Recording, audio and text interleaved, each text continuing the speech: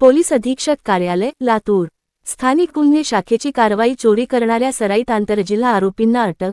सोन्याच्या दागिन्याचा मुद्देमाल जप्त। लातूर जिल्ह्यातील मालमत्ता विषयक गुन्ह्यांवर प्रभावी आळा घालण्याच्या दृष्टीने स्थानिक गुन्हे शाखेच्या पथकाने केलेल्या अचूक नियोजन व धाडसी कारवाईत 2 सराईत आरोपींना अटक करून विविध पोलीस ठाण्यांतील चोरीच्या गुन्ह्यांचा उलगडा करण्यात यश मिळवले आहे।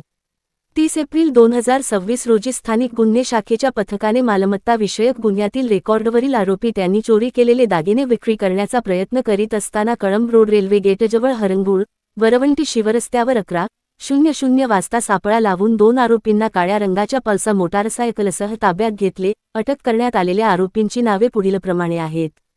1 सुमित दगडू गरगेवाड वय 27 वर्षे रा मळवटी रोड लातूर। 2 आकाश उर्फ भावड्या बाबूराव कांबळे वय 26 वर्षे रा सिद्धेश्वर नगर लातूर।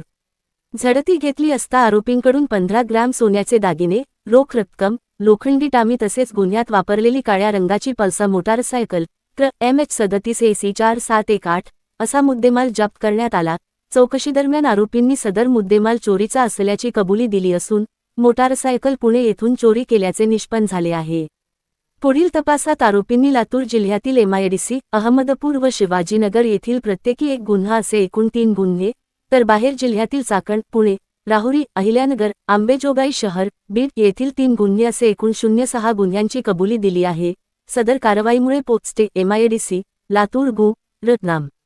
187/2026 सह इतर अनेक गुन्ह्यांचा उलगडा झाला असून जप्त करण्यात आलेल्या मुद्देमालासह आरोपींना पुढील कायदेशीर प्रक्रियेसाठी पोलीस ठाणे MIDC यांचे ताब्यात देण्यात आले असून पुढील तपास MIDC पोलीस करीत आहेत।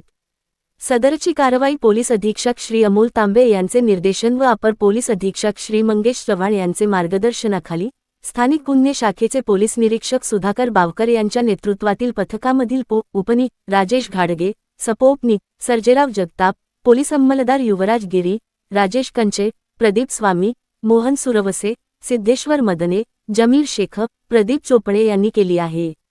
लातूर जिल्हा पोलीस नागरिकांना आवाहन करीत आहेत की कोणतीही संशयास्पद हालचाल आढळल्यास तात्काळ पोलिसांना माहिती द्यावी।